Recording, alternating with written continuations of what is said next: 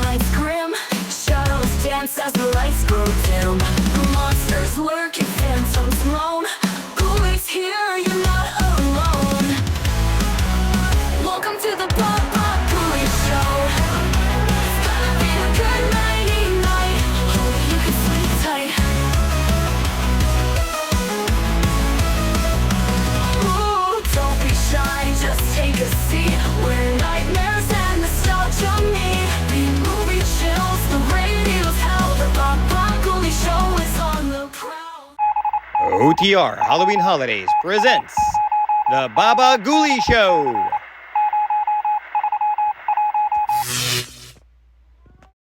With cartoons from Watchwaddle. Transcribed.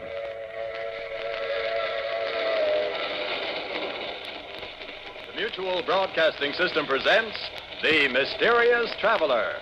Written, produced, and directed by Robert A. Arthur and David Cogan, and starring one of radio's foremost actors, James Stevens, in The Haunted Trailer.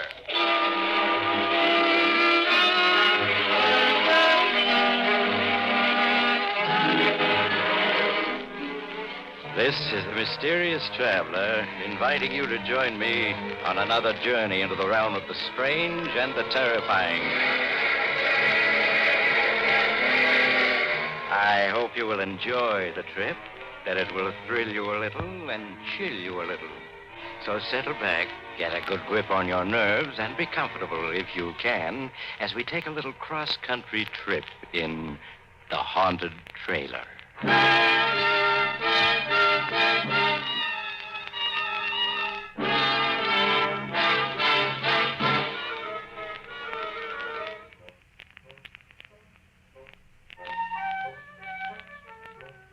Before we begin, I have a question for you. Do you believe in ghosts? No? That's good. Then my story won't bother you in the least. So let me introduce Melvin McGraw, as nice a young man as you'll ever meet, in this world or the next. Melvin is very unhappy. He has a story he wants to get off his chest. All right, Melvin, tell us all about it. Maybe it'll buck up your spirits.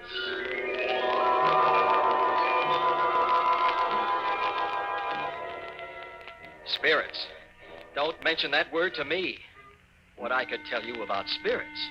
In fact, I'm going to. You are now listening to a desperate man. And yet, just 2 months ago, I was sitting on top of the world. I was heading for California in my coupe, pulling a brand new trailer. In California, I had a girl waiting for me. Her name was Louise, and we were going to be married. We were going to take a 2 weeks honeymoon trip in the trailer, then settle down in a little vine-covered cottage. But I haven't the heart to go into details. Just say that as I drove through the Catskills, I was happier than a lark. I'd made a late start, so I drove until well after dark. Then I found myself on an empty stretch of road in the mountains with a bad storm coming up. I didn't want to drive through a storm, so when I came to a tiny, dark railroad station, I pulled off the road beside it and made myself comfortable in my own trailer. In no time at all, I was asleep. But about midnight, a terrific clap of thunder woke me up. I sat up, bumped my head, and blinked. The storm was raging outside, and the trailer door had blown open. It was banging back and forth. I got up to close it, but before I reached it, it shut itself, firmly. I was about to get back into my bunk when somewhere in the darkness a voice spoke. Ah, now this is something like. It was an odd, unearthly sort of voice, and at first I thought I'd just imagined it. Then it spoke again. A house on wheels, furniture and everything. Some fun, eh, chum? They never had nothing like this when I was alive. Then I realized what must have happened. I'd left the radio on, and I was hearing some late program. I reached over to click it off, but it was already off. Puzzled, I found the light switch and turned it. The trailer was empty, except for me. I was staring around in perplexity when I heard it again, that strange voice. Over here, chum. In the easy chair. That's right. Now, can you see me? Can I see him? I rubbed my eyes, then rubbed them again. There was something white and misty sitting in my easy chair.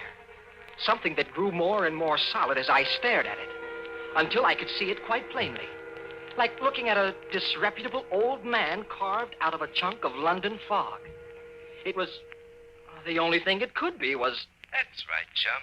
I'm a ghost. My name is Spike Higgins. Pleased to meet you. What do you mean you're a ghost? There's no such thing as a ghost. Oh, no? Then listen to this. Oh! Did you ever hear a more ghostly groan than that? Or maybe you'd like to hear a banshee scream. You like it, chum? Every ghost can do it. Here, now I'll give you another demonstration. We call this one number 3B, the fatal warning. Are you ready? It'll curl your hair. Are you prepared to meet your fate? Beware. Beware. Stop. Stop. Well, I ain't even begun yet. I got a whole bag of ghostly tricks to try out. Why, it's years since I had a chance to use a single one of them. Hey, what about some invisible footsteps, eh? Hey, you see, I can do that without even stirring from this chair. And then there's the hollow knock on the front door. I'll demonstrate that, too. There. And now the door creaks open. Now, listen.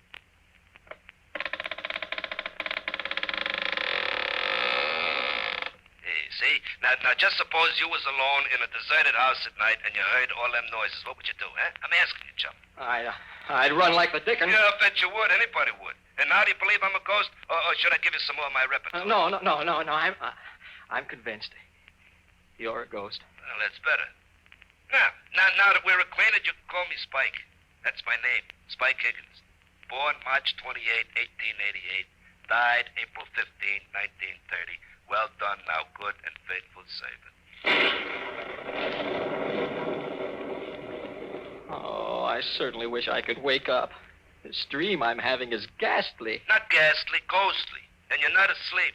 Hey, but speaking of sleeping, it's after midnight, and this is the first time I've been near a bed in more than 20 years. What do you say we turn in, huh? You mean you're suggesting you're going to sleep in my trailer? Well, why not? That's what a trailer's for. A home away from home. No. I won't stand for it. Now, get out. Why did you ever come in here in the first place? Well, why did you stop at my territory? Answer me that, chum. Don't call me chum. My name is Melvin. If my name was Melvin, I'd rather be called chum. Okay, Melvin, you invited me in. I did no such thing. I deny it. Well, you stopped beside my railroad station, didn't you? What do you mean, your railroad station? That old station outside, I haunted. A haunted railroad station? I never heard of such a thing. Well, there's plenty you never heard of. Well, back in 1930, I was a bum, see. I rode the boxcars. Well, one night I was trying to get away from a railroad bull. Toughest railroad dick in the business, name of Dan Bancher. Well, I slipped off the top of a boxcar just as we was passing his station, see? Well, so I got appointed resident ghost for 7 Pine Station. A real lousy break. Hasn't been anybody in the station after dark for 10 years. And then tonight you come along and park. Well, naturally, I invited myself in. Oh, that's some layout you got here. Well, why did you stay if you disliked it so? Had to. I was doomed never to leave. Punishment, you see. You were doomed to stay here forever? Like I said, never to leave. Why? I'll show you, Spike. This is where you and I part company.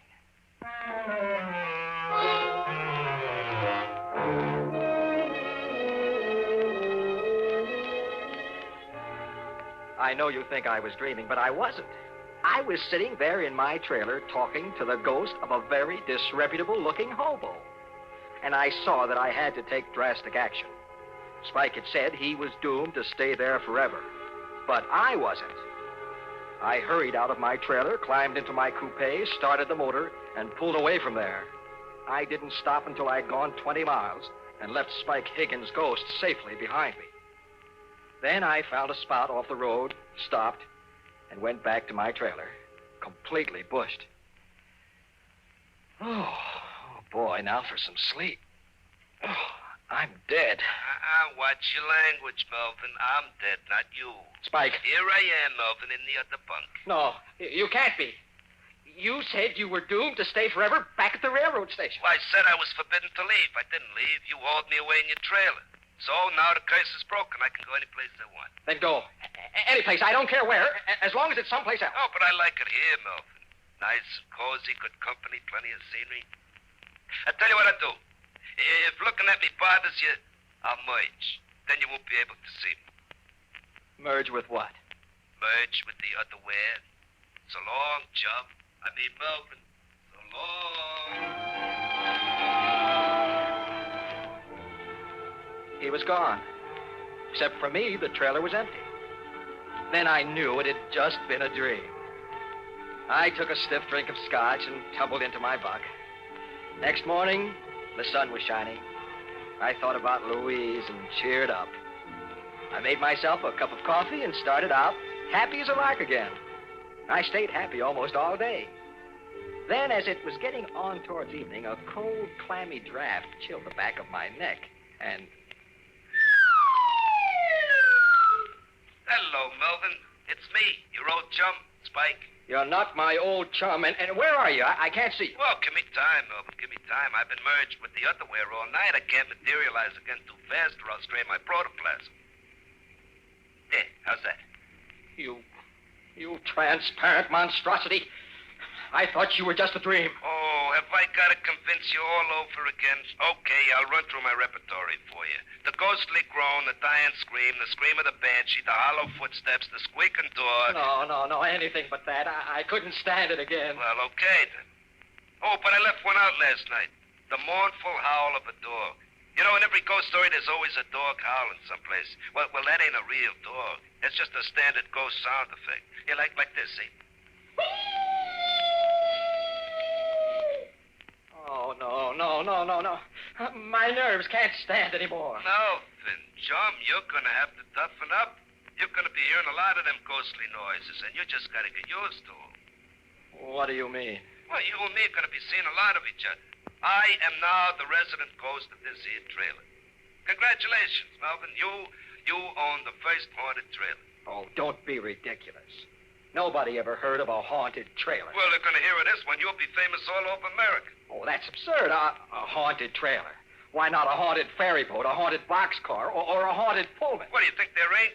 Why, there's a haunted ferry boat, makes the crossing at 125th Street every stormy night. And then there's a haunted boxcar. Never gets where it's going. Balamine rides it, name a Boxcar Benson. And speaking of trains, didn't you never hear the Phantom Express?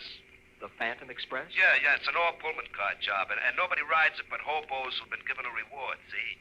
It only travels by twilight, and it goes 1,000 miles an hour. Always traveling, never stopping. That's heaven for us poor restless hobos. Indeed. Yeah, so what's so funny about a haunted trailer? Now I ask you.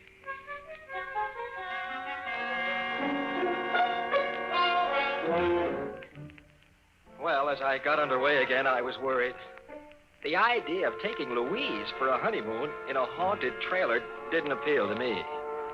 I didn't think it would appeal to Louise either, especially since Spike Higgins seemed to be a ghost completely lacking in all delicate sensibilities. But I didn't have any idea of what to do about it. Not even the ghost of an idea. Presently, Spike oozed himself back into the trailer, and I kept on driving until almost 9 o'clock. Then I turned into a little motel and arranged to park overnight.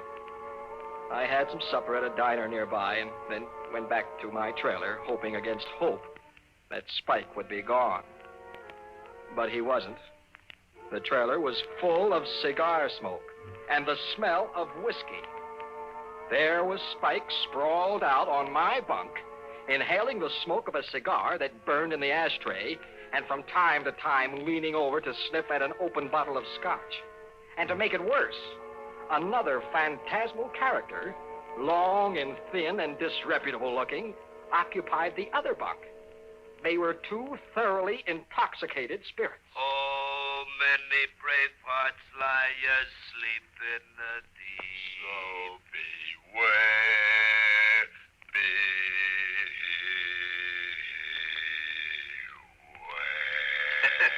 Spike, What is the meaning of this? Oh, hello, Melvin. Hey, Melvin, I want you to meet an old pal of mine, Nitro Nelson. Pleased to meet you, Melvin. I'd shake hands if I had any hands. Spike, I asked you a question. What is the meaning of this? Why, Melvin, we're just celebrating, that's all. I ain't seen Nitro for pretty near 25 years, so we're having a little fun. We're just a couple of high spirits. You get it? Huh?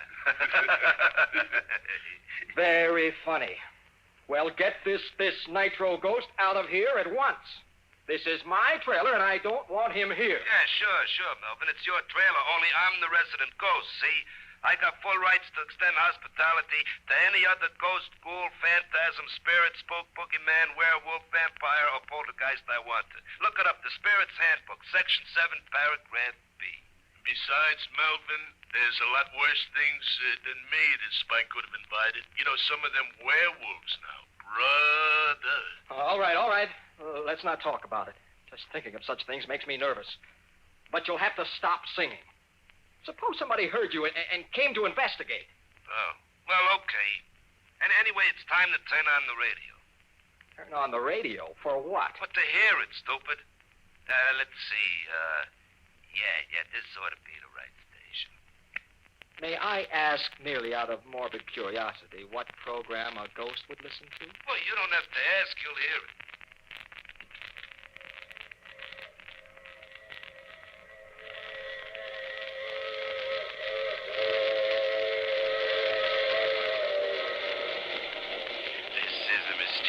Traveler, inviting you to join me on another journey into the realm of the strange and the terrifying. I hope you will enjoy the trip, that it will thrill you a little and chill you a little. So settle back, get a good grip on your nerves, and be comfortable if you can.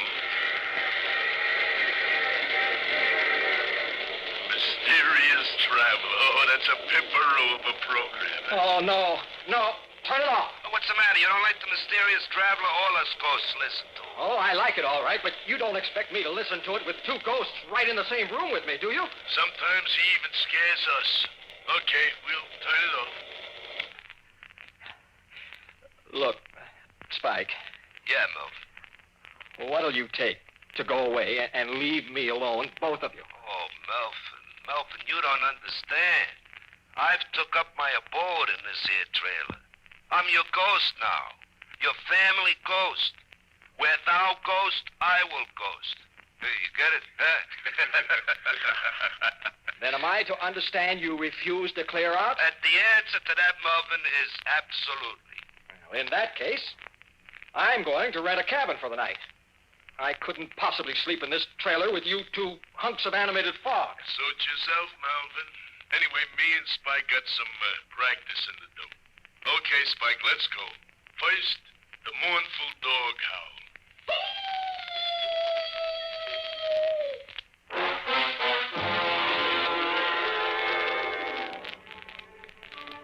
That night, I slept in a rented cabin. The next morning, I drove on westward with my two phantom passengers and tried to pretend they weren't there. I almost got used to them. I suppose a man can get used to anything, even to having a permanent cold chill running down his backbone. When we passed through Denver, Nitro Nelson dropped off, saying he wanted to haunt up some old pals of his, leaving me with Spike Higgins. Well, Melvin, it's just you and me together now, just the two of us. Until you get married, that is, then there'll be the three of us. I don't think Louise is going to like that. Oh, sure she will. Anyway, I'm sticking around. I hate to think what Louise will say when I tell her about it. Hey, where are we going on our honeymoon? The three of us, I mean. I figured on driving up to Oregon to see the mountains. Oh, that's good. Just as long as we get away from California. What have you got against California? Oh, just that Dan Basher lives there now. Dan Basher? Yeah, you remember that tough railroad dicker was chasing me when I fell off that freight? Oh, he's the toughest bull in the business. Hey, you're not afraid of him now, are you? No, of course not. Oh, only the grapevine says he's kind of sick, see, and he might be entering the spirit world any time now. I wouldn't want to run into him again if he did. He's got a grudge against me. Hey, you know, I just thought of something. What? Well, Right at first, Louise probably won't be able to see me or to hear me, see? On account of a family ghost is only visible to the household. You get me? Yes, but I don't Well, understand as why. soon as you're married, she'll be part of the household, and then she can see me. Until then, no. Oh, wake me up as soon as it gets dark, huh, chum?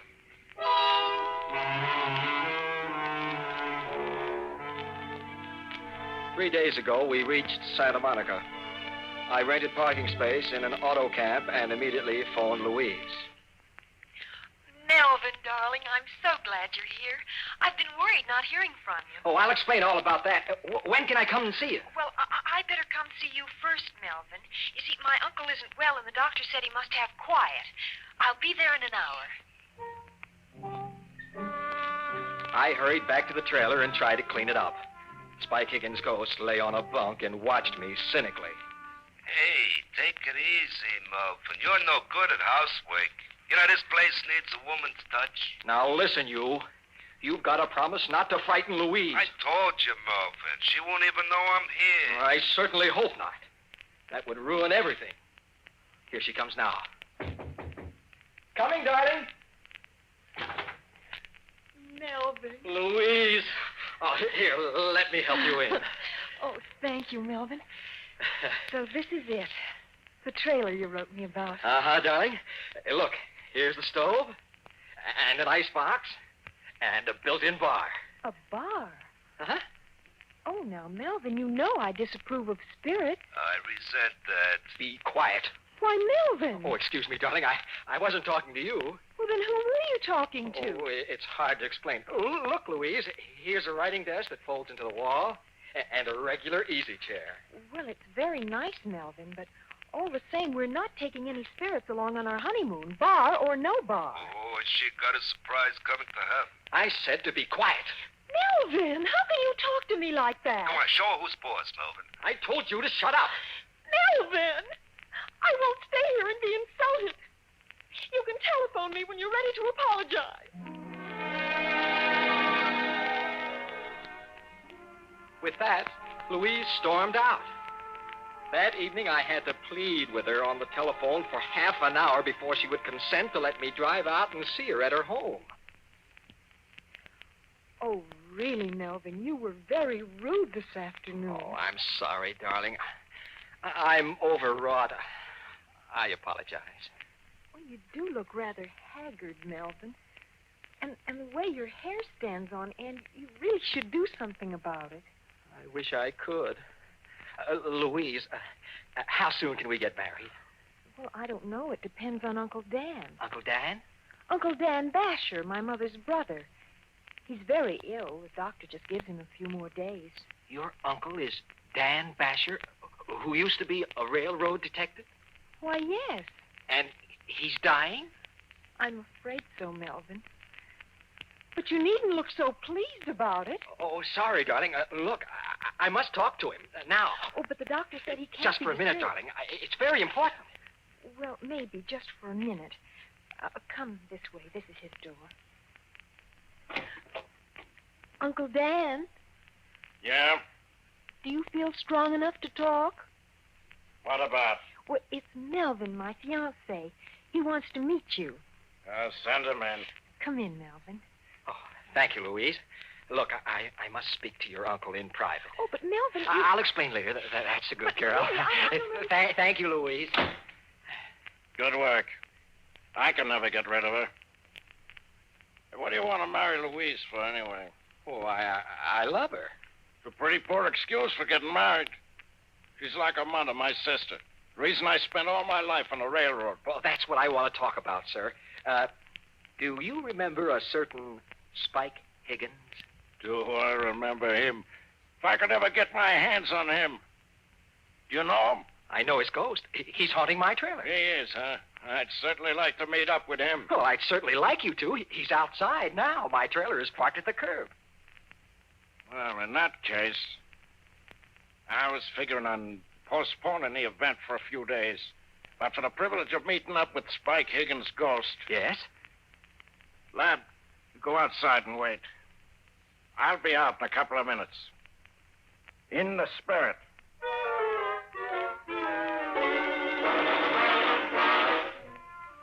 I made some excuse to Louise and hurried out to the trailer. Spike Higgins' ghost was lolling on my bunk. Oh, out so soon, Melvin? What's the matter? Oh, nothing, Spike. Nothing. You're up to something. What is it? Nothing, I tell you. Oh, relax, Spike. Relax. I got a funny feeling. Uh-oh, someone's coming. What do you mean, someone? Another spook. He's coming in here. Hello, Spike. Dan Basher. In the spirit, Spike. I've been waiting for this meeting for a long time. Oh, no, Melvin, you double-crossed. After him. Quick, Mr. Basher. Right, you are, lad.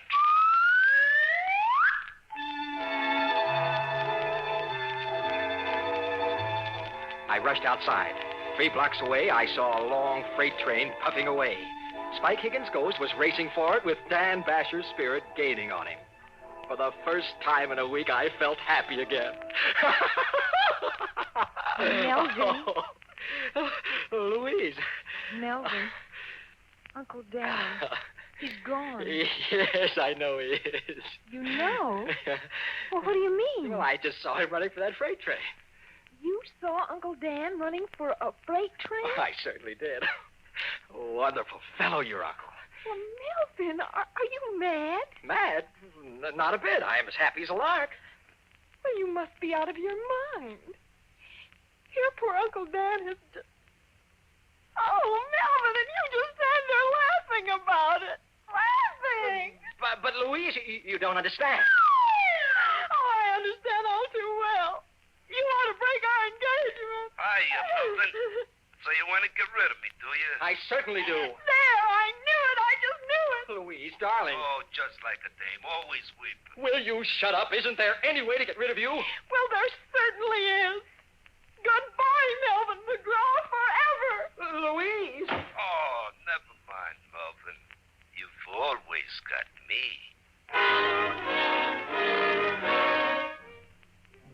Well, that's my story. I'm a desperate man. Louise sent me back my ring, and I'm stuck with Spike Higgins' ghost. I should have known he'd outsmart Dan Basher. He left Dan's spirit hunting the freight train for him and came straight back to me. Now I'll never get rid of him. I'm just a shadow of my former self.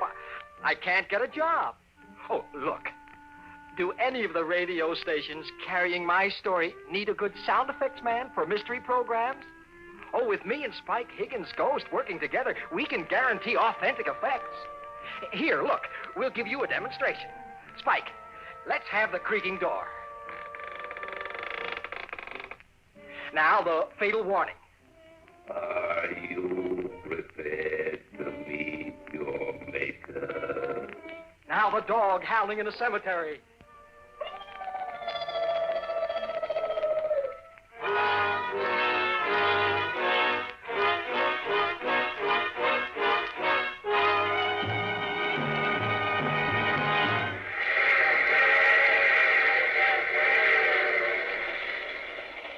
This is the mysterious traveler again.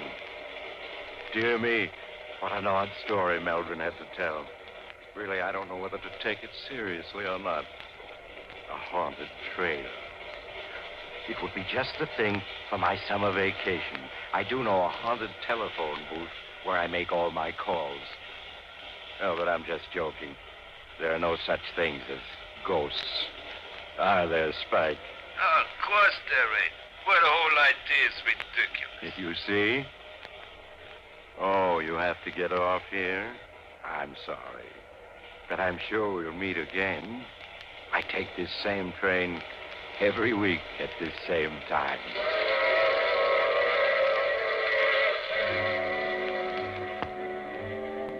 You have just heard The Mysterious Traveler. And now you can also enjoy other tense and dramatic stories of The Mysterious Traveler in the June issue of The Mysterious Traveler magazine. In our cast were James Stevens, Larry Haynes, Bill Zugert, and Shirley Blank, with Maurice Tarplin starred in the title role.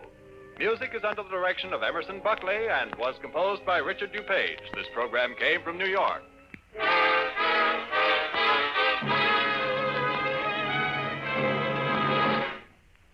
The drama dramatized stories of crime and the events leading up to the capture of the perpetrator are the order of the day on True Detective Mysteries. These stories are based on actual police file cases and have an air of authenticity seldom captured by a crime program. So, for the best in mystery listening, make a date to tune in True Detective Mysteries every Sunday over most of these stations. This program was transcribed especially for presentation to the West Coast audience at this hour. Listen again next week at this same time for Mysterious Traveler. And stay tuned now for Let George Do It, heard over most of these same stations. This is the Mutual Don Lee Broadcasting System.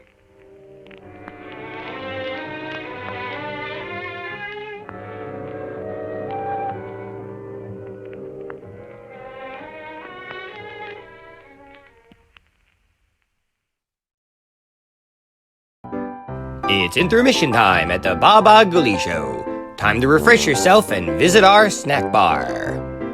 Got a yen for some hot popcorn? How's about your favorite soft drinks, which are sparkling cold? And there's all kinds of candy to tempt you. It's radio time, folks. Enjoy the rest of the program. And now, from the Scurry Forest Archive, some classic Watchwaddle cartoons.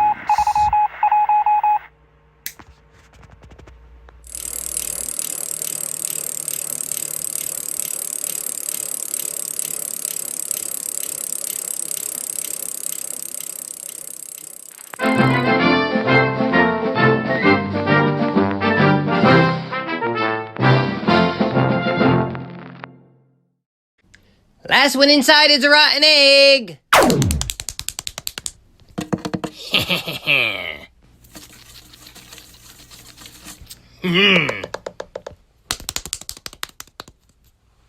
What?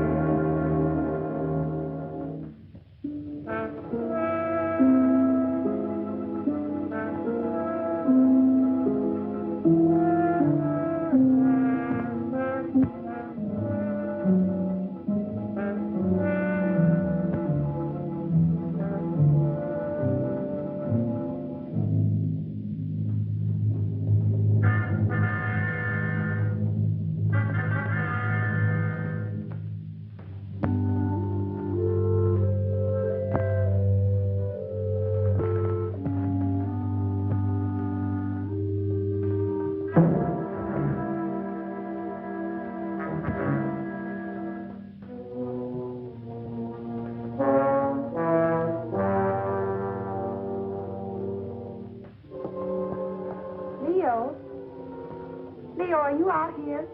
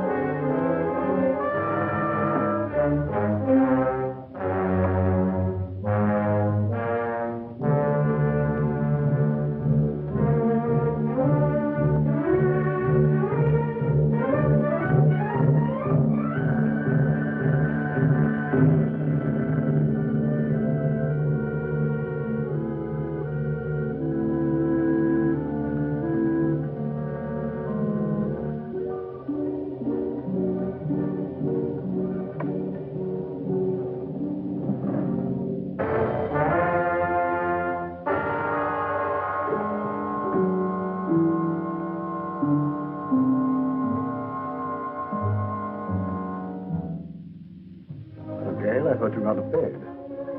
I thought you had, Leo.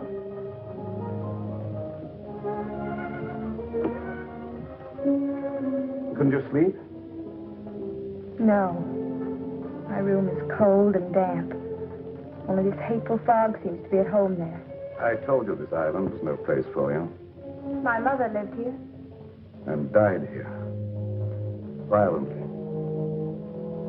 She lived here for your sake. Gail, I don't blame you for resenting me.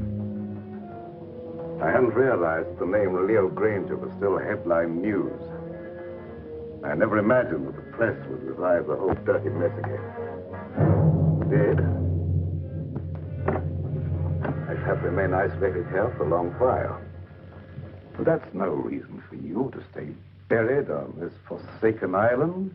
Leo, I don't hold you accountable for the position I find myself in. It's just that, for the present at least, I too would like to avoid the public. In fact, for a while, I'd like not to see anybody. I'm afraid that won't be possible, Gail. If you insist on remaining here. Why?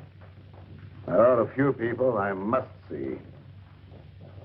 Some, shall we say, associates. You're going to let them come out here? I'm going to invite them out here. Surely you don't think they'd accept your invitation. Well, they'd be afraid to. I have an idea that their greed will outweigh that fear. Their greed? Yes. It was their greed that made them invest heavily with me, because they thought I could make more money for them than anyone else. And when my financial empire crashed, they were the first to cry swindler. Now, if I can intimate to them that they will have a chance of sharing in that supposed loot, they'll respond to my invitation.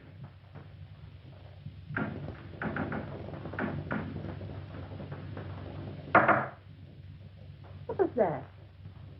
I was just knocking on my pipe, dear. No, I meant that noise outside. Sounded like the branch of a tree. Wind must be coming up. I'll go and see.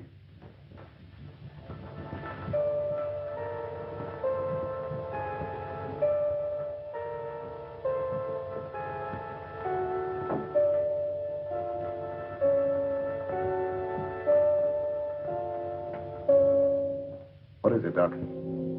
I thought you might put me up, Leo. What do you want it for this time? Oh, merely petty larceny. I had to eat. I couldn't get a job after serving my term with you. The newspapers printed our pictures again. Everybody recognized. It won't be convenient to keep you here too long. I've invited some of our friends over for the weekend. That crowd that sent us up? How did you know that? You were more confidential as my cellmate than as my employer. And you were less of a menace behind prison bars than you were in my accountant's cage. I have the same score to settle with that crowd that you have. I could be of help to you. You might. Let's talk it over. Go to the small door under this balcony. It's open. Wait for me there. Won't be too long. I said wait for me there.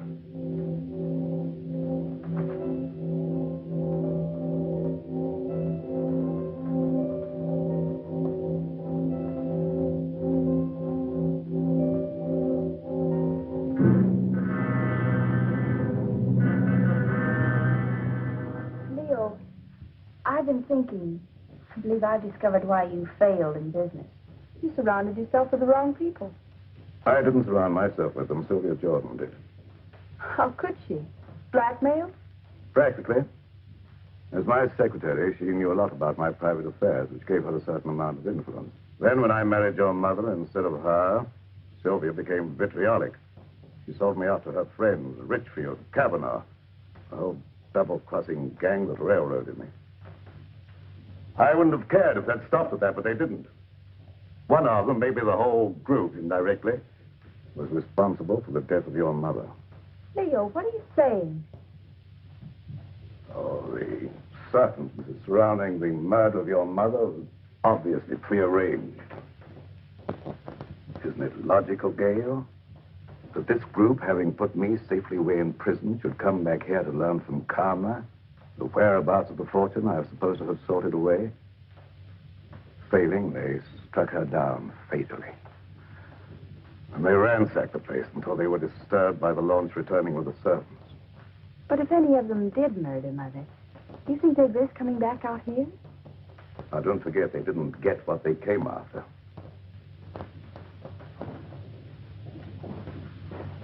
I tell you, they won't accept. Well, let's wait and see.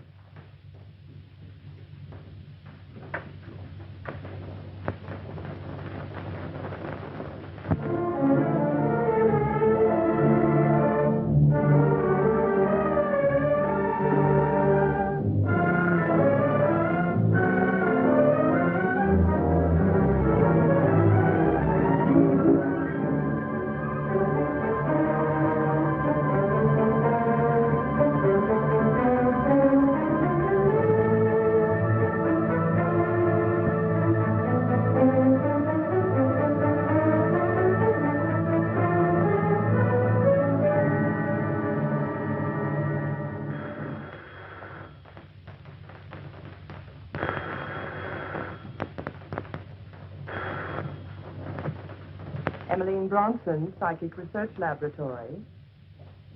Alec Richfield. This is Emmeline. I was engrossed casting a horoscope. Otherwise, I would have known it was you wanting to contact me. You received an invitation? Wait a minute. Let me see. It's from Leo Granger, inviting you to a weekend at Fog Island. Just a minute. Furthermore, I can tell you the date. It's for the 16th. What? Well, of course my powers of divination haven't diminished. What do you make of it, Emily? Well, are you consulting me professionally as an astrologist or socially as a friend? Well, I thought as a good friend of old standing. In that case, I'd say Leo wanted something. Advice. As you may recall, he never went into any big ventures without first consulting me. Yes. And you never advised him without first asking John Cavanaugh what to tell him. Cavanaugh was very generous with me when I influenced Leo's transactions. Yes. And your influence paid you well. However, I'm curious to know what you think Leo's up to. Well, I, for one, am going out to Fog Island to find out. And you? I don't know yet. I haven't decided. Nevertheless, I'll probably see you out there amongst the others. And just who would the others be? Why, our own little crowd, of course. John Cavanaugh, Sylvia Jordan, and... Yes, that's right.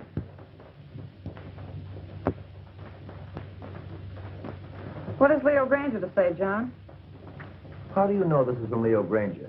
This is private secretary for years. I might at least be expected to recognize his handwriting, don't you think? Of course.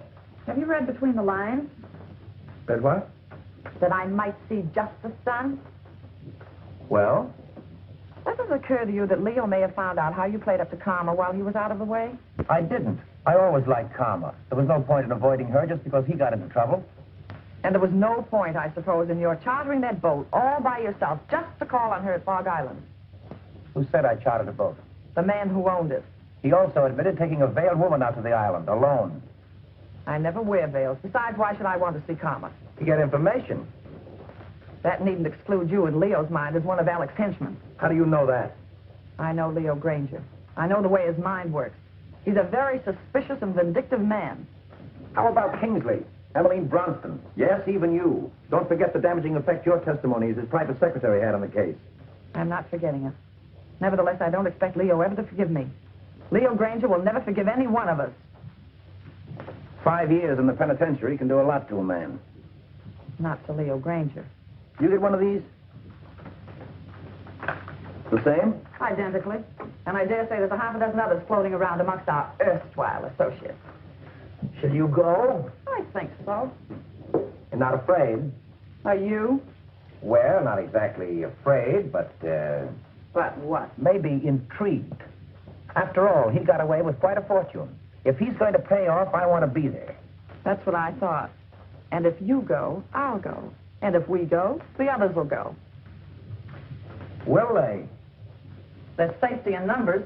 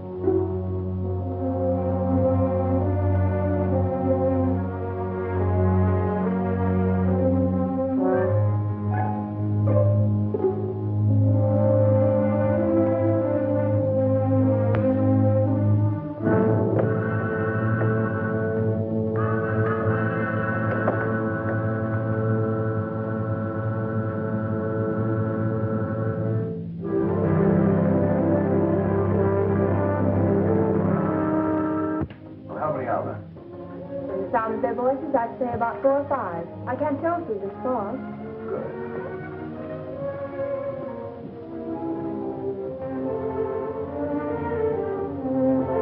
Oh, Allison. Yes, sir. The guests are here. Will you look after the luggage? Very well, sir.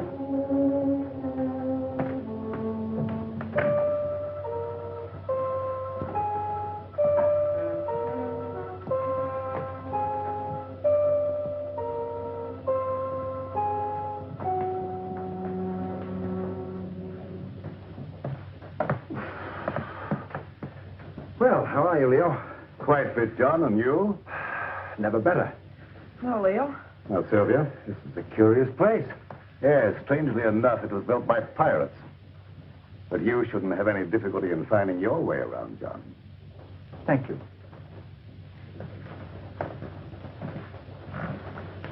Nice to see you again, Sylvia, after all this time. Thanks, Leo. You're looking well.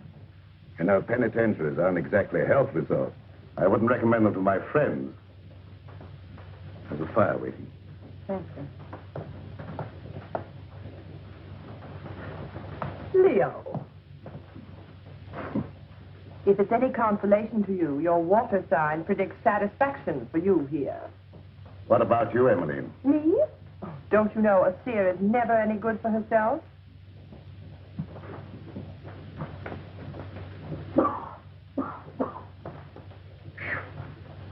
That's a climb.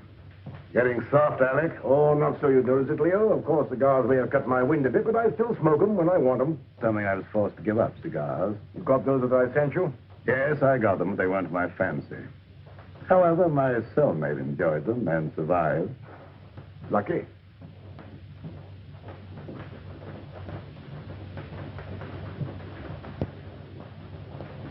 Hello, Mr. Granger.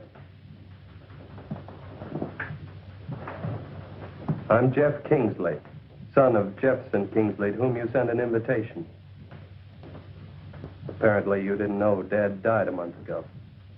Oh, no, I didn't. I'm sorry.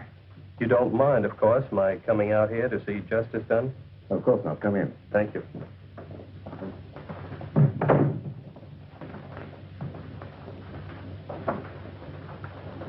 Do you know all the others? I introduced myself to them on the launch on the way out. Yes, I know everyone, including your stepdaughter, although I don't know that she remembers me from college.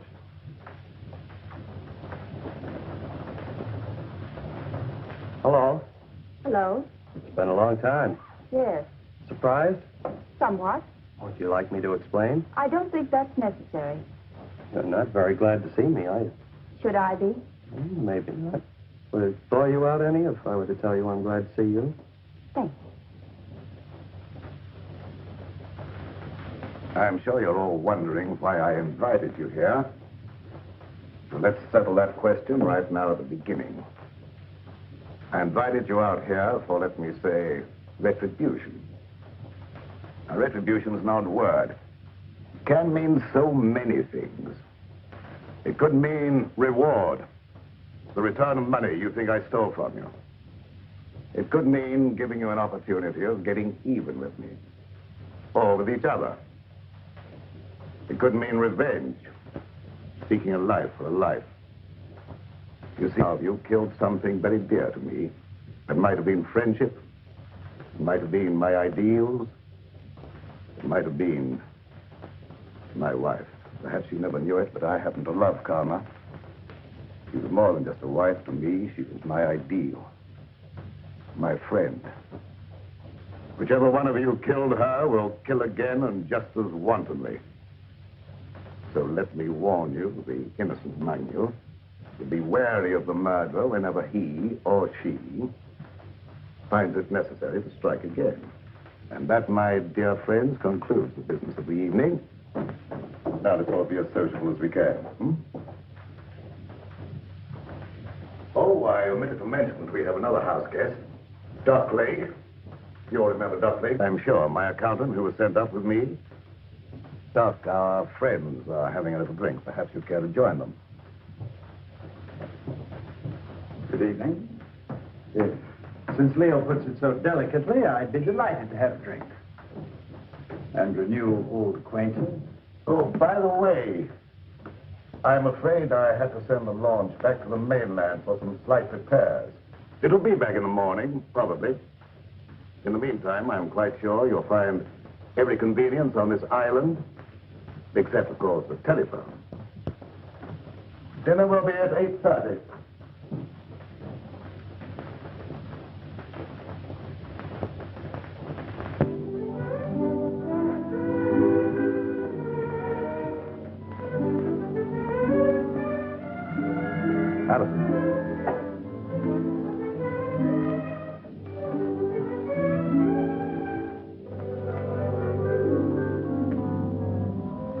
Many years ago, it was the custom of this household, when it was in the hands of pirates, to let a man eat his fill, then permit him to know his fate. I'm not so barbaric, of course. I'm merely following the old custom by giving each one of you a token favor, or clue, shall we say, to retribution.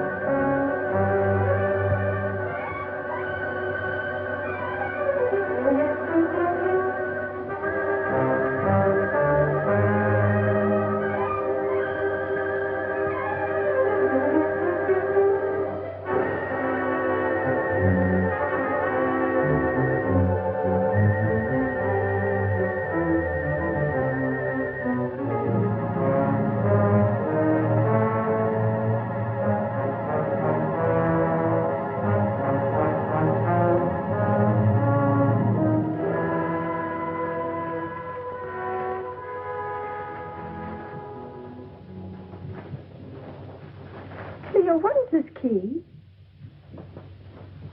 Perhaps it's the key to your happiness, my dear. Oh, Kingsley, that is a superstition that the gift of a knife will cut friendship. I'm not superstitious, are you? Not with this in my hand, I'm not. I think I'll retire. I have been used to very early hours these last few years.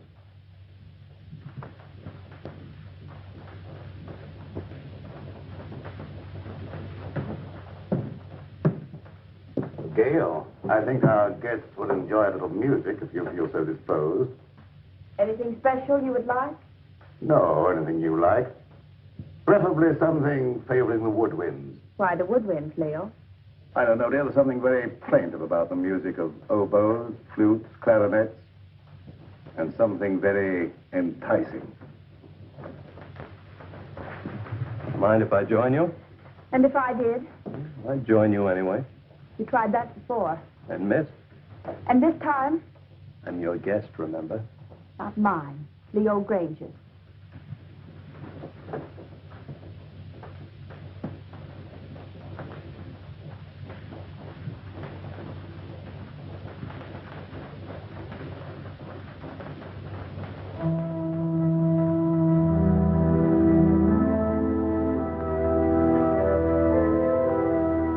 Telling me what this is all about. What is all about? This party or whatever it is. Don't you know? No. Then why did you come? I had my reasons. I'm sure of that. Good reasons. From your point of view? All of which means you're not going to tell me? That's right. Which also means you don't trust me? Right.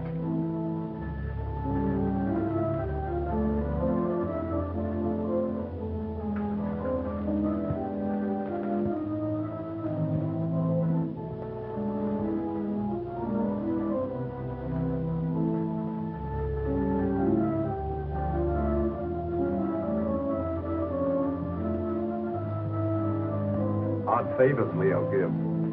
Or do you understand yours? Yours, Dr. Lake? I suspect Leo wants to keep track of you. Mine is really quite simple. Leo always said my pencils weren't practical. The eraser, of course, is one of Leo's little innuendos. I have a feeling Leo is not in his right mind. Have you felt that? You understand, I hope that I've never actually practiced the profession of medicine. Nevertheless, that doesn't prevent you from hazarding a personal opinion. Not necessarily. But as a student of the occult, perhaps you could hazard an opinion. The sign, Pisces. Of course you know what his sign indicates. Two fishes swimming in opposite direction and with Jupiter in the ascendant. I should not like to predict what would happen. His health, never too sturdy, hasn't been aided by prolonged inactivity. I shouldn't like to hazard an opinion either. You know, Doctor, I think you and I have something in common. No? What's that, may I ask? We've both been in Leo's confidence. I, from an astral point of view, have been in his spiritual confidence. And you, from a business point of view, have been in his financial confidence. So, possibly by pooling our information, we might work more or less together to our mutual advantage. Clever of you to discern that.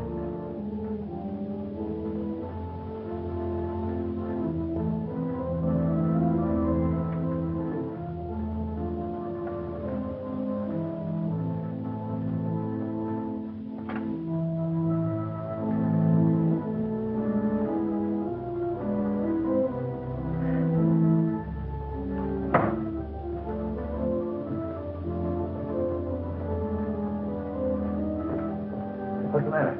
In there. John, do you know of any way we can get off this island? There isn't any way. I asked the butler. Why? I'm afraid. Of what?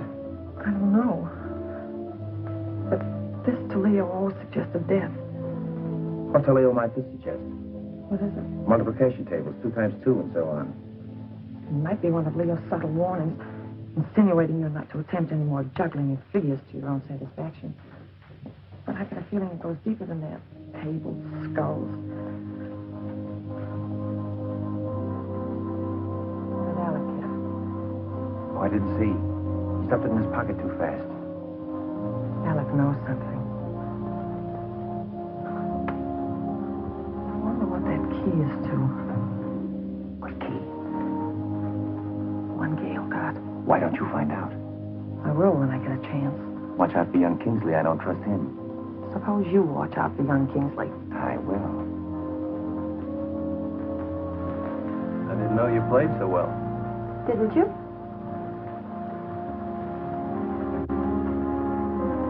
You know, there was a time I thought I knew pretty much about you. Did you? Remember the long walks in the rain? Horseback rides? Tennis? The time you beat me 6-3. The funny things you used to like. Your craving for red. Chocolate sundaes. Opals. They weren't your birthstones, were they? Oh, I thought not. They were always bringing you hard luck. Like the time we were going to the symphony together and you had on your new high-heeled red slippers. Your heel got caught in the grating. No, it's a shame I couldn't get those nails to stay in. We went down the aisle together. You don't know how much trouble I had getting those tickets right in the third row just to show you off. Oh, I've still healed, by the way, but I don't suppose you have any use for it, do you? I haven't any use for any heel. No, I thought not. But will you ever forget our picnic down by the riverbank? With that great field of daisies behind us, the weeping willows? Remember how ecstatic you were about the weeping willows? You know, you haven't done what Leo asked you to. You mean the woodwind? Yes, have you forgotten? No.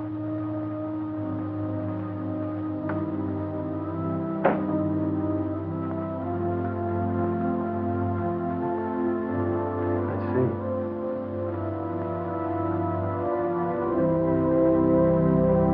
You weren't going to let me in on it, were you? In on what?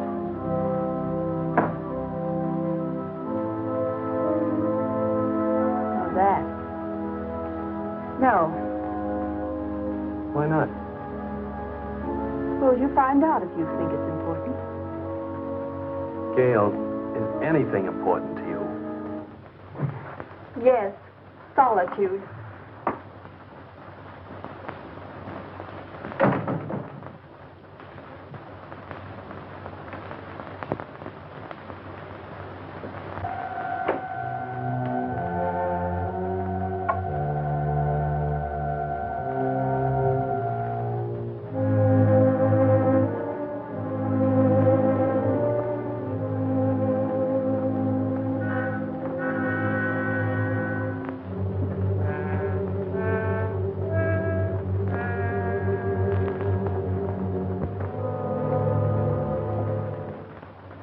For the look into the future. What do you say? You want me to cast horoscopes? Oh, no, nothing so individual. I meant something that would let us all in, like, a seance. Oh, a seance. Well, if you're all in accord, why don't you gather round the desk? Good.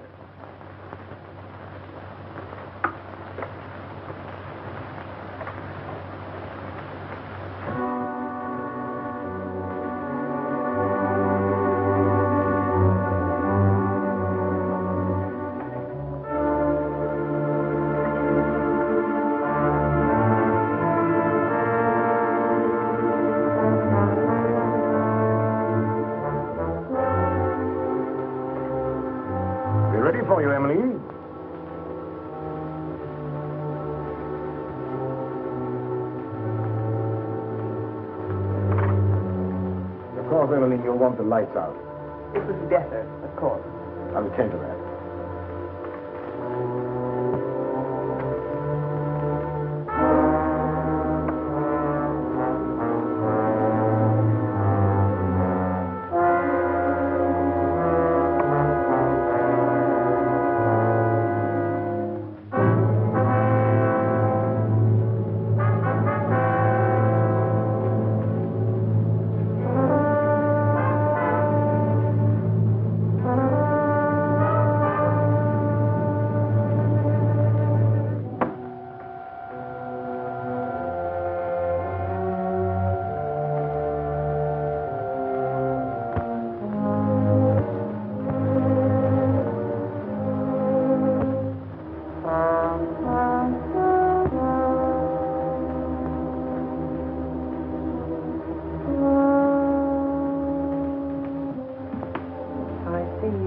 Burden on your soul. A heavy burden. So heavy worthy, it may submerge you. I don't know why it is, but I feel as if water was coming up over me. I feel the sensation of drowning. Stop it, stop it. I don't want to hear any more. Very well, then.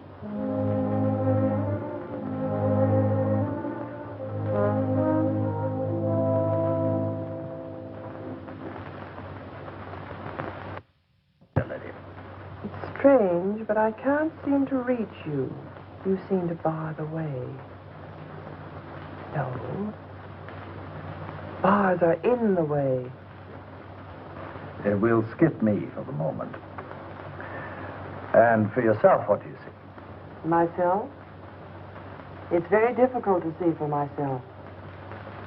But I feel about to be elevated.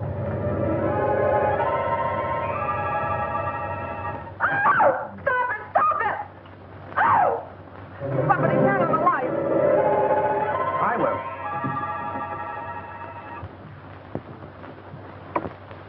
Neat trick, that.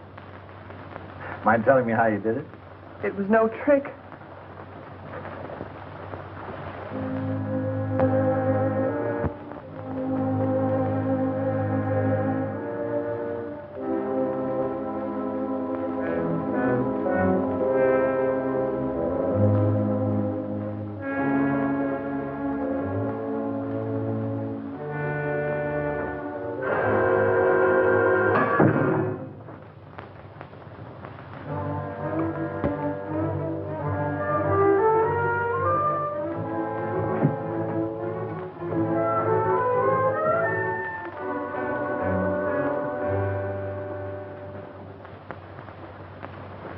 Where are you going?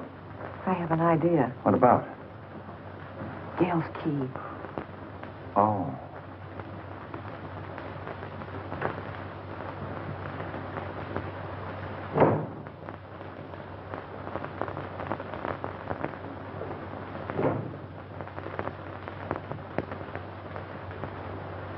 Seance over already, Emmeline? Yes, Alec, I'm rather tired tonight. Why did you turn in? I think I will. I wonder if you'd get me a book, Alec. I'm tired, but not sleepy. I thought perhaps you might pick out something from Leo's shelf over there. Don't you think you better select your own reading material, Emmeline? You have such a good mind. Oh. Tut, tut.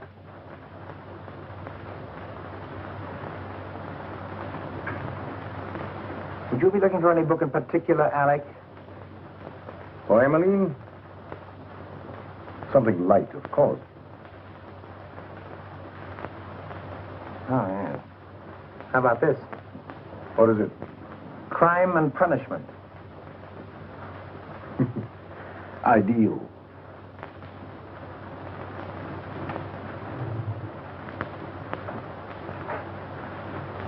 Thank you, Alec. Say, it's getting late. Time we were all turning in. How about it, John? Ready to call it a night? We are. I might as well. Ready, Emily?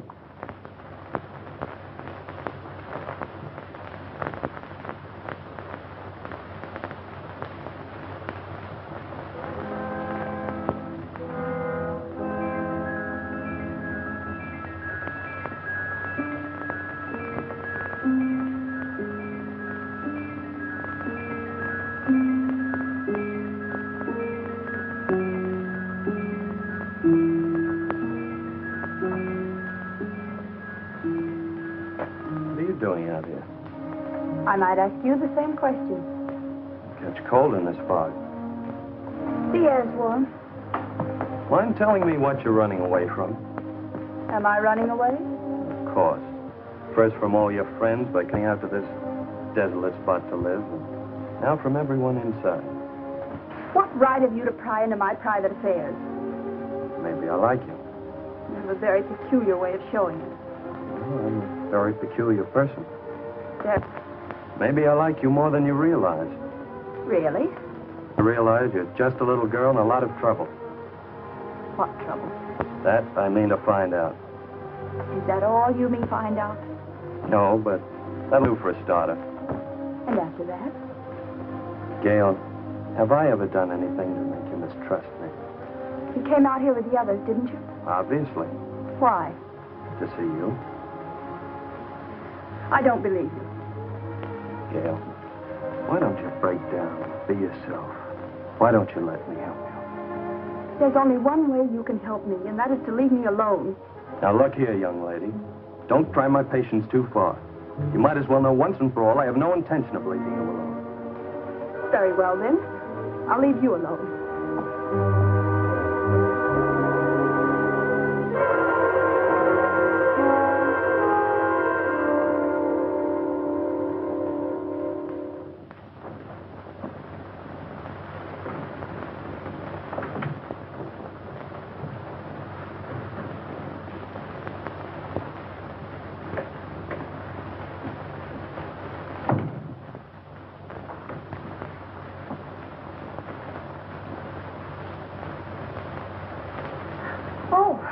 I came in to borrow some cleansing cream. Why, of course.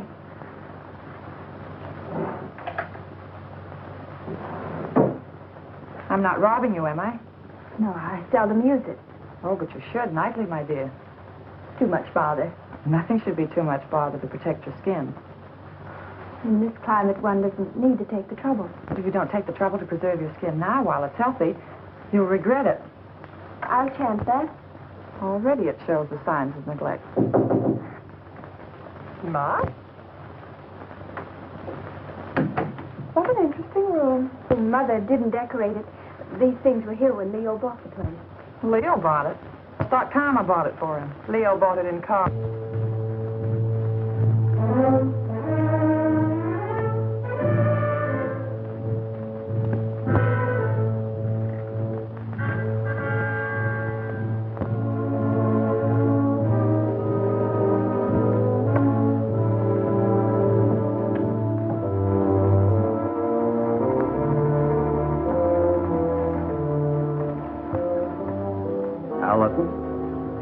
Yes, sir. Just tidying up a bit, sir. As a butler? Or as an escaped lifer, Al Jenks? That's a lie. What, that you're an escaped lifer? I acted a bit phony as a butler when Granger wasn't around. I made some pretty wise contacts in the big house. Contacts that could find out a lot of things. I wrote a few letters. I had some answers, came over with the mail for the guests tonight. Like this one. Hello, Doc's cooking. The eel you described with the scar across his left palm. Recently, Al Jenks, the lifer who crashed out of here about a month ago. I thought you ought to know because...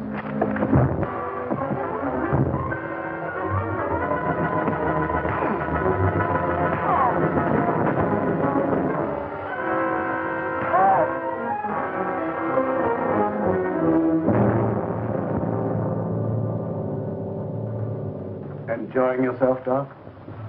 Yes. I was just looking for you, Leo. Indeed. Guests seem a bit ill at ease.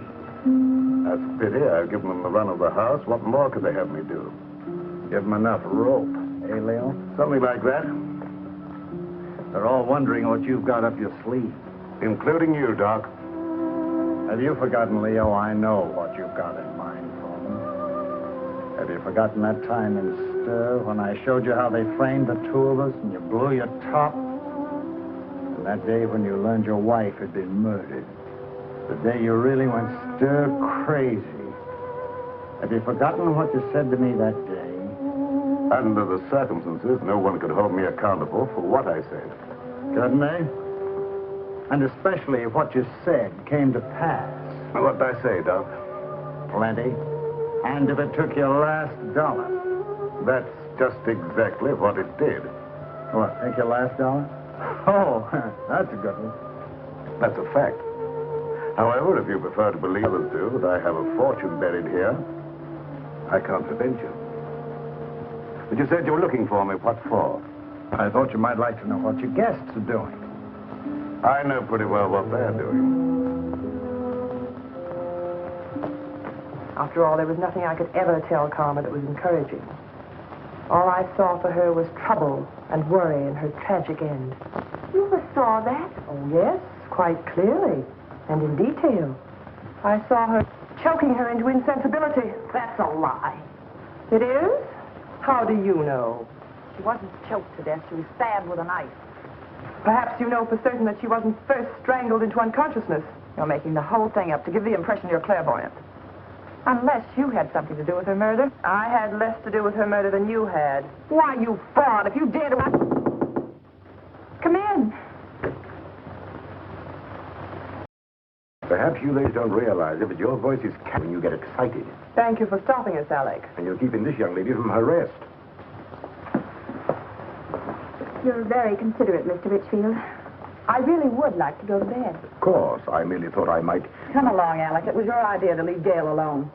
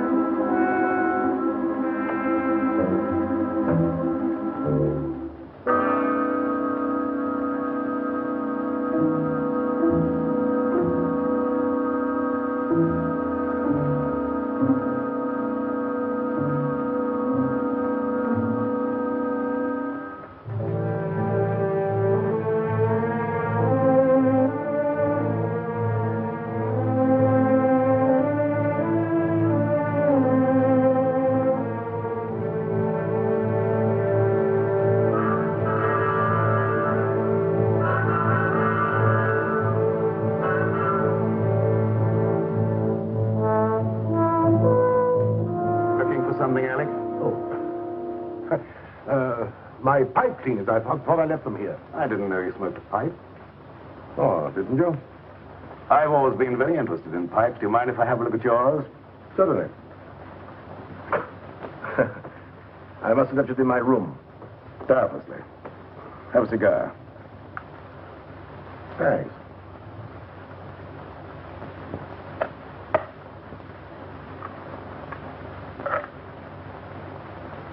Light? Thanks.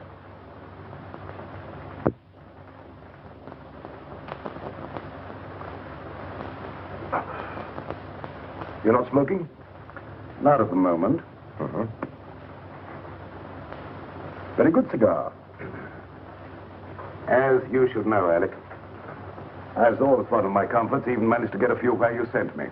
You're forgetting that having arranged for your defense, we got you off with 5 years instead of 25. 5 years was long enough for you to accomplish your purpose, Alec. 5 years as receiver for Granger Incorporated gave you ample time to liquidate my enterprises for your own advantage. By the time you got through milking your enterprises, there was nothing left to liquidate. So you came over here to the island to see what you could get out of karma. I advise you to be careful of your accusations, Leo. You're not fooling anybody now, Alec. There's no jury here, no judge, nor will there be any witnesses. Does this constitute a threat, Leo? Take it for what it's worth, Alec. I might have let you off had you been content merely with getting me out of the way for a while. But that you put karma out of the way permanently, for that, Alec... Keep away, Leo. You can't escape, Alec. Oh, can't I? So it was you who murdered karma. I thought so.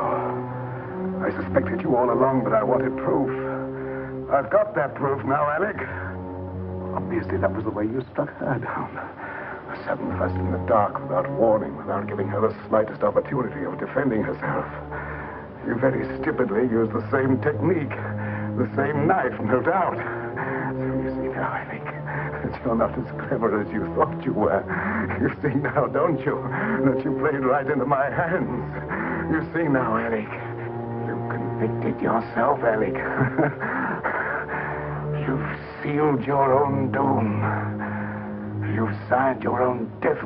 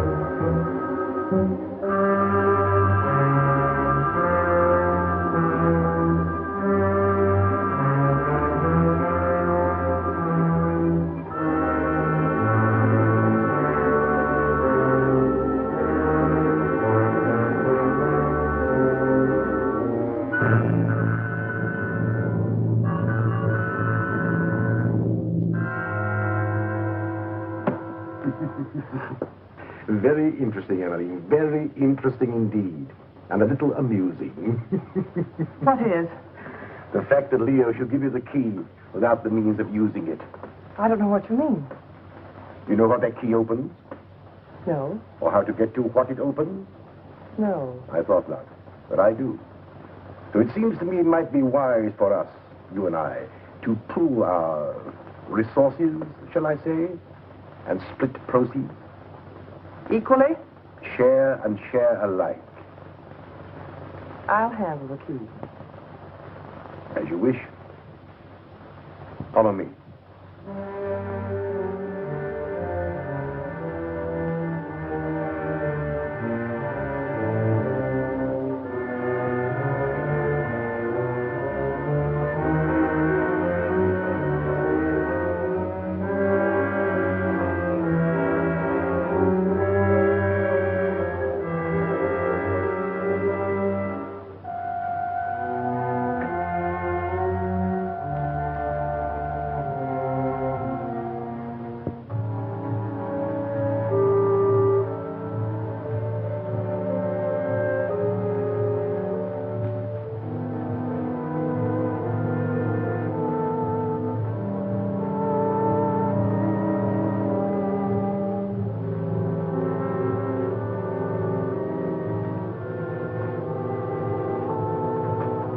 Since you have the key, the privilege is yours, my dear Emily.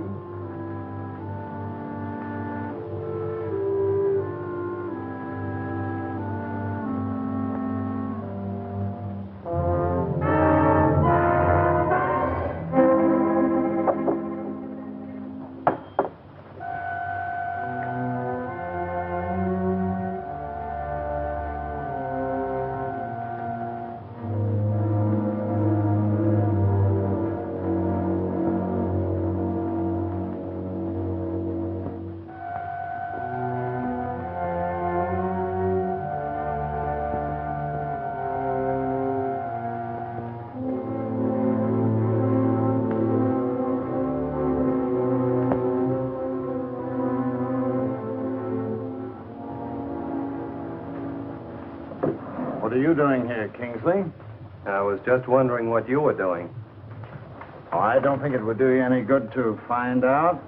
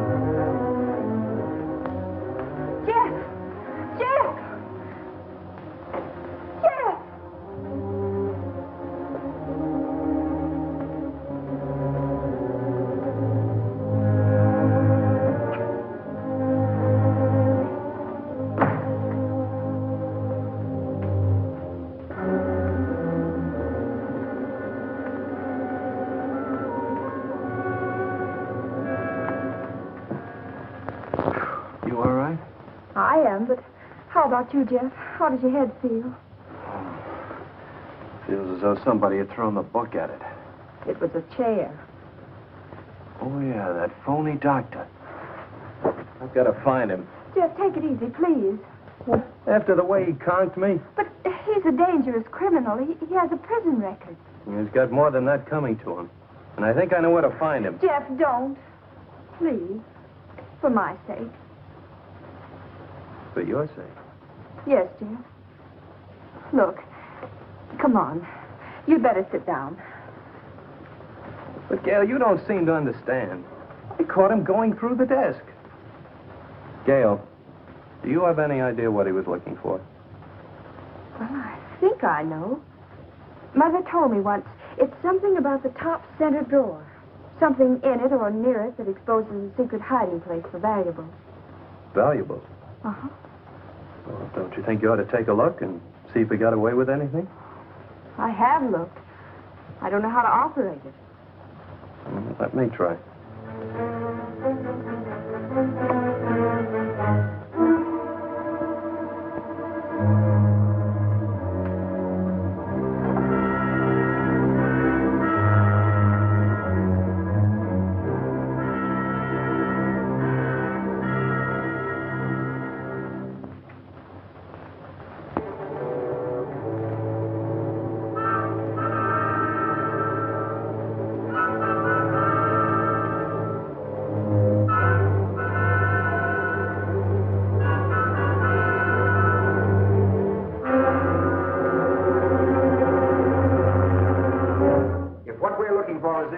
Splitting it 50-50. What makes you think Well, that's very generous of you, John, seeing you think that gun is loaded. Of course it's loaded. I loaded it myself before dinner. You don't think I'd trust you around me with a loaded gun, do you? You idiot! How did you know I wasn't going to give you his half? Oh, I know you, John. Scout, the clue Leo gave me. You're right, Alec. What we're looking for must be hidden in here. The table. The clue that Leo gave me. This slab here, Yes. John, give me a hand with this paper.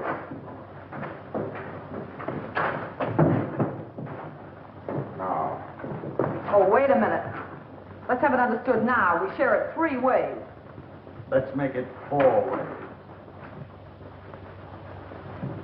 Just for the sake of sociability. What makes you imagine you're entitled to anything? I know where the bodies are buried. All right. Understood then. We split 4 ways. Now give me a hand.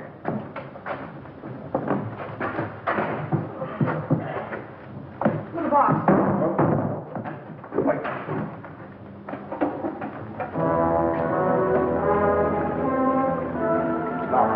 Gee, the Gale drop must be the one that opens it. He doesn't have the sense to get it. Give it to me. I like it. Oh, that's it.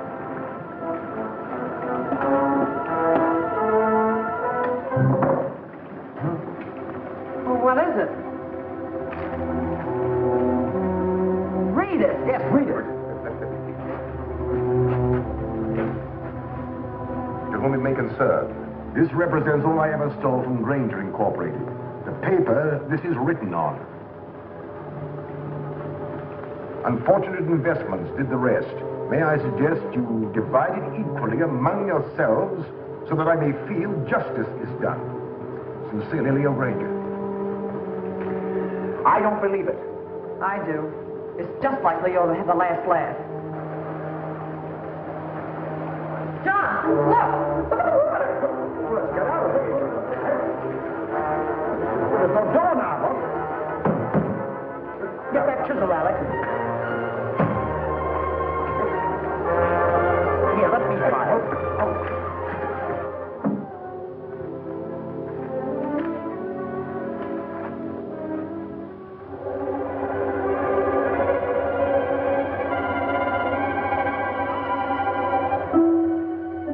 That's a trick.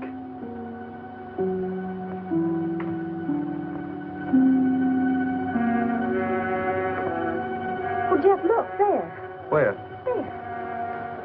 Here, you hang on. Now, hold on.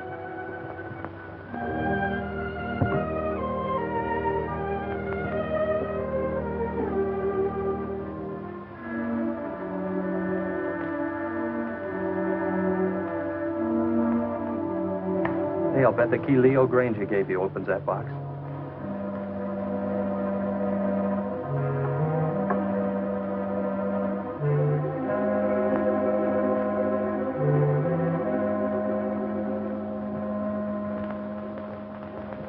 Mother's jewelry.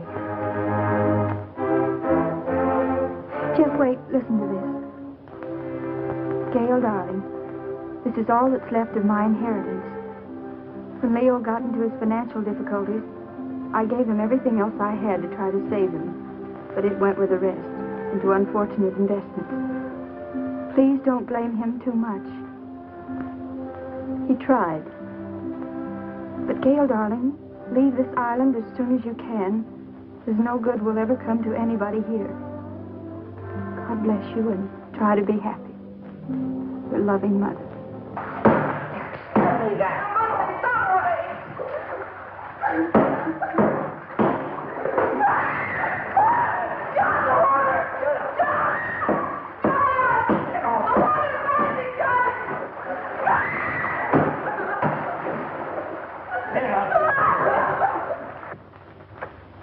Poor mother.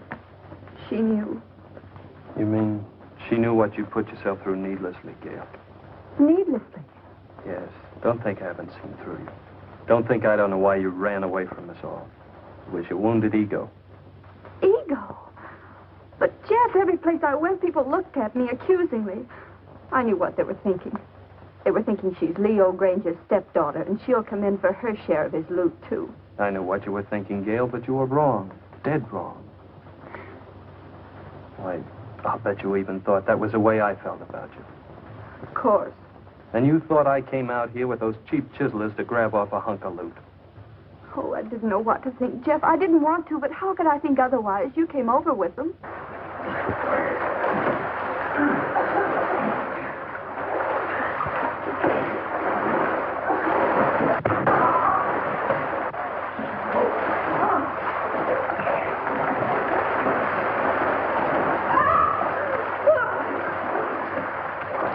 Get away from this. Are you dirty rats? You didn't give a woman a break. If it wasn't for you, we wouldn't be in this. Well, I suppose this is all my fault. We should catch someone that convicted him.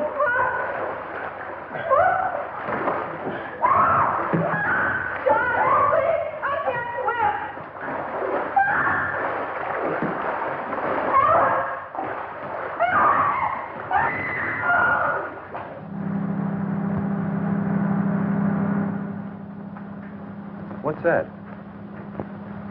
It's the launch coming back. Your launch? I recognize the motor.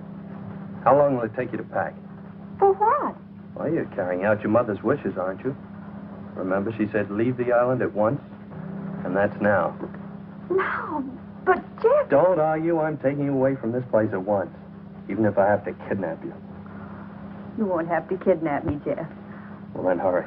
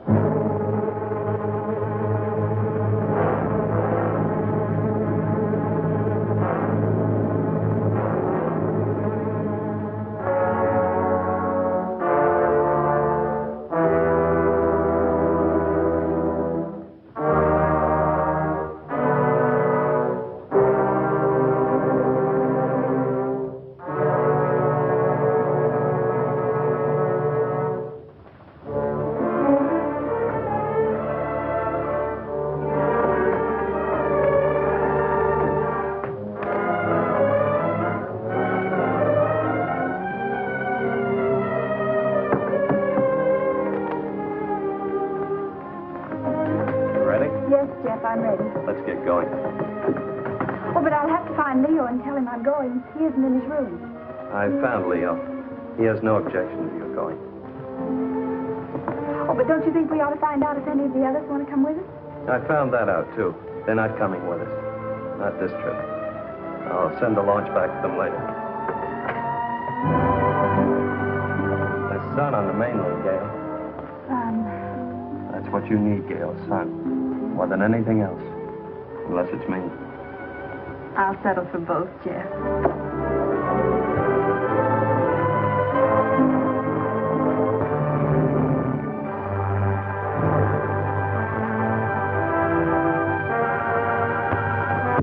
This is Watchwaddle Cartoons on the Baba Ghoulie radio show, signing off for the evening.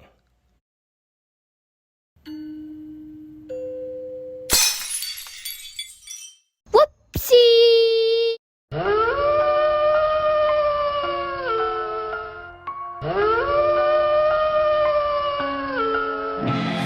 Hush now, ghoulies, don't you cry.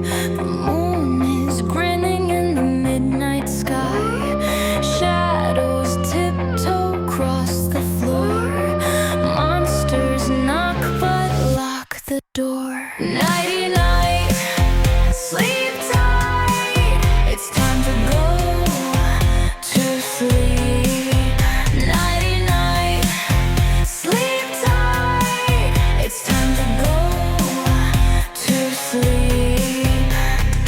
Ghoulies, close your eyes. Nightmares whisper lullabies. Creeping, crawling, don't you peek.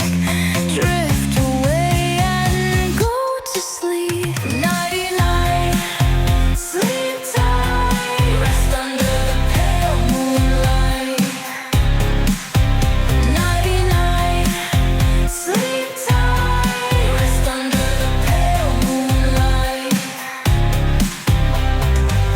Under the bed, what do you see?